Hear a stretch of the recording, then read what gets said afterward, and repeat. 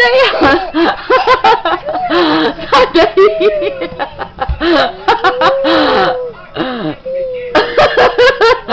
Vem aqui com a mãe! Vem aqui! Vem que eu vou te puxar pro pé! Vem! Vem! Vem! Vamos! Lá em cima da cama! Vamos! Vamos! Olha aqui! Tá, olha aqui! Sobe! Tá, olha aqui, vamos lá em cima da cama! Tá, daí eu quero te mostrar uma coisa!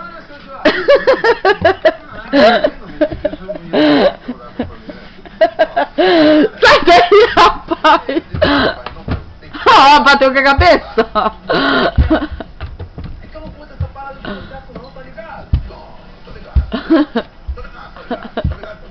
Tu vai dormir aí? Não? Aí a tua cama? Aí vai ser a tua cama agora? Não? Então vem!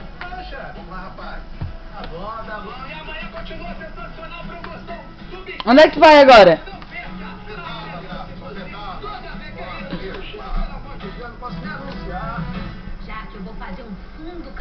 Onde é que tu vai agora? Tu vai se machucar aí?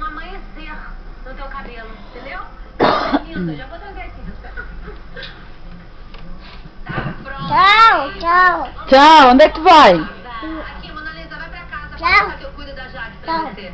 Nem que você dissesse que tem um ator de cinema americano me esperando lá, minha filha.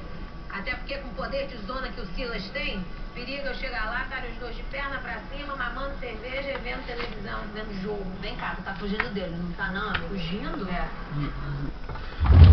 Amiga, eu tô a ponto de me amarrar totalmente. Como assim? Silas me pediu em casamento. Entendeu? Você sentiu drama? É, Mona Lisa, mas é que tu já tá cuidando dele, tá? Oi, mãe. Que? Ai. Doente. Sabe o que chama isso? Chantagem emocional, tá bom? Mais ou menos, né, Leca? O cara vai morrer, né? É o último pedido. Ei, vai arriscar você, não eu. Não, vai arriscar tu. Eu acho melhor tu pensar direito nisso aí, porque tu lembra da dona Glória? Ela ficou 20 anos com o pé na cova, meu amor. Do jeito que isso lá é capaz de enterrar você. Ah, Jesus! Não, vai arriscar tu pra lá.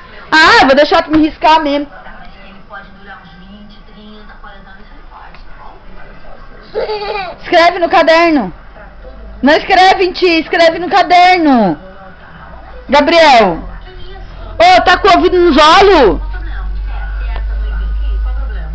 Ah, é chato, né? É chato, né? Eu vou dizer que ela tá com ele pra isso. Escreve no caderno.